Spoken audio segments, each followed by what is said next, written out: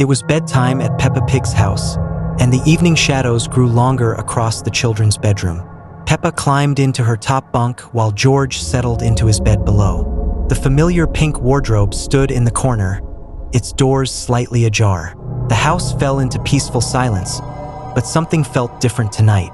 A strange scratching sound echoed from inside Peppa's wardrobe. Peppa lay awake, listening to the odd noises coming from her closet. The scratching grew louder, accompanied by a low, rumbling growl.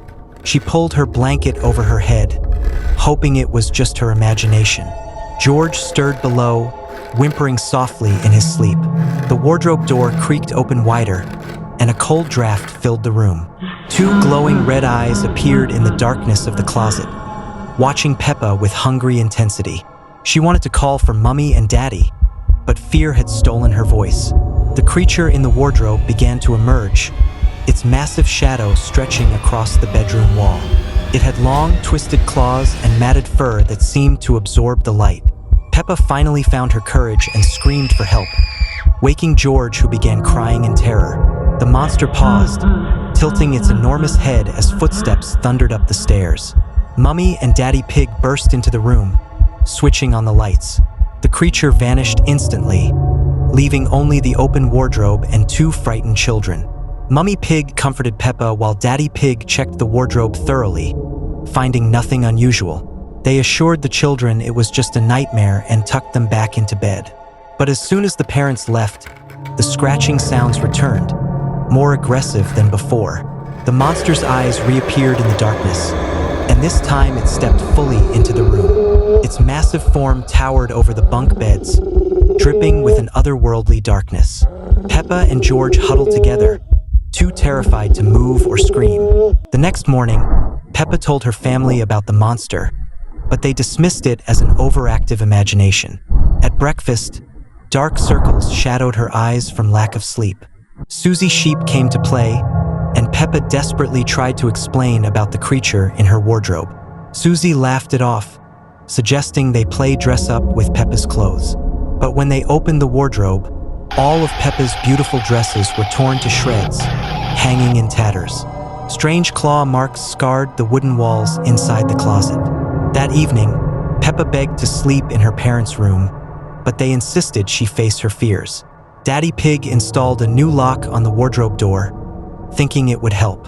As night fell, the familiar scratching began again, but this time the locked door rattled violently. The monster was trying to break free, its growls echoing through the house. The lock held for a while, but then came a tremendous crash as the wardrobe door exploded open. The creature emerged, larger than ever before. The monster's presence filled the room with an icy chill that made the windows frost over. It moved with predatory grace toward Peppa's bed, its red eyes burning with malevolent hunger. George had fainted from fear, lying motionless in his lower bunk. Peppa pressed herself against the wall, watching in horror as the creature's claws extended toward her. Just then, Grandpa Pig appeared in the doorway, holding an old, leather-bound book. His face was grim but determined as he began reading ancient words in a language Peppa didn't understand. The monster recoiled from Grandpa Pig's words, writhing as if in pain. Grandpa continued his incantation, and the creature began to shrink and fade. He explained that this was an ancient shadow beast that fed on children's fears. Grandpa Pig sealed the wardrobe with special symbols drawn in white chalk, explaining that the monster could never return as long as the seals remained intact. He told Peppa that courage was the strongest weapon against such creatures, and that she had been braver than she knew. The family gathered around, finally believing Peppa's story after witnessing the supernatural events. With the monster gone, peace returned to the Pig household. Peppa slept soundly for the first time in days, no longer afraid of the darkness in her room. And though Peppa grew up to be brave and strong, she never forgot the lesson that sometimes the things that go bump in the night are more than just imagination. A sunny morning fills Peppa's house with familiar laughter and warmth. Peppa and George play in their bedroom, the bunk bed standing against the wall with George below and Peppa above. Mummy Pig cooks breakfast in the kitchen while Daddy Pig reads his newspaper in the living room. Everything seems perfectly normal, but a subtle tension hangs in the air like morning mist. Peppa jumps in muddy puddles outside, her usual joyful squeals echoing through the garden. But something feels different today. Her jumps are more aggressive, more violent. The mud splashes higher than usual, covering her face in dark streaks. Her eyes gleam with an unusual hunger as she stares at the dirty water. The family gathers for lunch around their familiar red table. Peppa sits quietly, which is very unusual for her. Her parents exchange worried glances as she pushes her food around the plate. Suddenly, Peppa's teeth begin to grow longer and sharper. Nobody notices at first, but the transformation has begun. Peppa and Susie play in the garden, but the games have changed. Peppa chases Susie with predatory intensity, her new teeth clicking together hungrily. Susie runs in terror, her bleating cries echoing across the hills. The innocent playground has become a hunting ground. Mummy and Daddy Pig finally see what their daughter has become. They stand frozen in the doorway, unable to comprehend the monster their sweet Peppa has turned into. Her growls fill the house, replacing the laughter that once echoed through these walls. The family portrait on the wall seems to watch in silent horror. Peppa prowls through the house at night, her teeth gleaming in the moonlight streaming through the windows. Every creak of the floorboards sounds like a predator stalking its prey. The familiar home has become a dark maze where danger lurks in every shadow. The other animal families in the village begin to disappear one by one. Empty houses dot the hillside like missing teeth in a smile. Only muddy footprints and strange bite marks remain as evidence of what happened. The cheerful community has become a ghost town. Grandpa Pig arrives to find his family's house eerily quiet. He calls out for everyone, but only silence answers. The sun sets over the empty village as Peppa stands alone on the hilltop. Her transformation is complete. She is no longer the innocent little pig everyone loved. The wind carries her haunting laughter across the abandoned landscape. The lesson is clear. Sometimes the monsters we fear most are the ones we create ourselves. A sunny morning fills Peppa's house with familiar laughter and joy. Peppa and George play in their bedroom while Daddy Pig reads newspaper downstairs. Mummy Pig prepares breakfast in the kitchen, humming her favorite tune. Everything seems perfectly normal in their cozy little home. Strange green mist seeps through the kitchen window as Mummy Pig cooks. The mist swirls around her feet, unnoticed and silent. Mummy Pig continues cooking, but her movements become slower and more mechanical. Her cheerful humming gradually fades into an eerie silence. Peppa bounces down the stairs calling for breakfast with George following behind. They enter the kitchen expecting warm pancakes and Mummy's bright smile. Instead, they find Mummy Pig standing motionless, staring at the wall. Her eyes have turned a pale, cloudy white color. Peppa and George scream as Mummy Pig lurches toward them with jerky movements. Daddy Pig quickly grabs the children and rushes them upstairs. They lock themselves in the bedroom while strange groaning sounds echo. Mummy Pig's footsteps shuffle heavily on the stairs below. The family huddles together as Mummy Pig pounds on the bedroom door. Grandpa Pig arrives in his car, honking the horn frantically outside.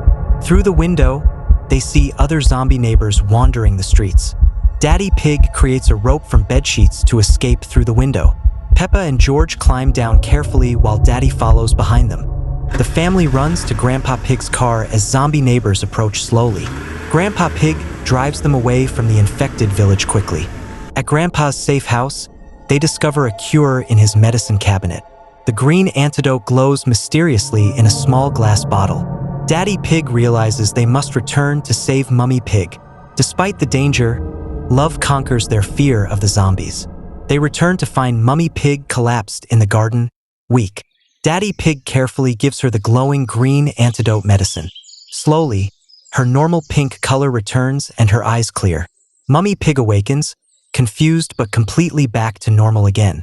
A sunny morning fills Peppa's house with familiar laughter. Peppa and George play in their bedroom where the bunk bed stands against the wall, George below, Peppa above. Mummy Pig cooks in the kitchen while Daddy Pig reads his newspaper in the living room. Everything seems normal, but a subtle, barely noticeable tension hangs in the air. The lights in Peppa's room begin to flicker strangely. The toys on the shelf start moving by themselves, slowly turning their heads toward the children. Peppa notices something is wrong but tries to stay calm. George's dinosaur toy falls to the floor with a loud crash, making both children jump. Downstairs, Mummy Pig hears strange noises coming from upstairs. The kitchen lights dim and brighten repeatedly. Plates and cups on the counter start rattling without any wind. She calls for Daddy Pig, but her voice sounds hollow and distant in the suddenly cold house. Daddy Pig's newspaper pages turn by themselves as he sits frozen in his chair. The television switches channels rapidly, showing only static and dark images. His glasses fog up mysteriously, and he can hear whispers coming from the walls around him. Peppa and George huddle together on the lower bunk as shadows move across their bedroom walls. The wardrobe door creaks open slowly, revealing nothing but darkness inside. Cold air flows from the opening. Both children shiver as their breath becomes visible in the suddenly freezing room. The family gathers in the living room, all looking pale and frightened. Outside, the sky has turned an unnatural gray color despite it being midday. The windows fog up from inside, and strange handprints appear on the glass. No one speaks as they watch the mysterious marks spread across every window. Susie Sheep arrives at the front door, but her eyes are completely white and her movements are stiff and unnatural. She speaks in a voice that doesn't sound like her own, asking to come inside. The ghost finally reveals itself as a translucent figure floating in the center of the living room. It wears old-fashioned clothes and has a sad, lonely expression. The temperature drops even further, and everyone's breath creates thick clouds of vapor. The ghost reaches out toward the family with pale, ghostly hands. Peppa bravely steps forward and asks the ghost why it's in their house. The ghost explains in a hollow voice that it lived in this house long ago and just wants to be remembered. It shows them old photographs that appear floating in the air, depicting a happy family from many years past. The family realizes the ghost isn't evil, just lonely and forgotten. They invite the ghost to stay and be part of their family memories. The house returns to normal as warm sunlight streams through the windows again. The ghost becomes a friendly presence, helping with small tasks and playing gentle games with Peppa and George. The family learns that sometimes what seems scary is just someone who needs kindness and understanding. They all laugh together as the ghost tickles them with invisible fingers, and the house fills with joy once more.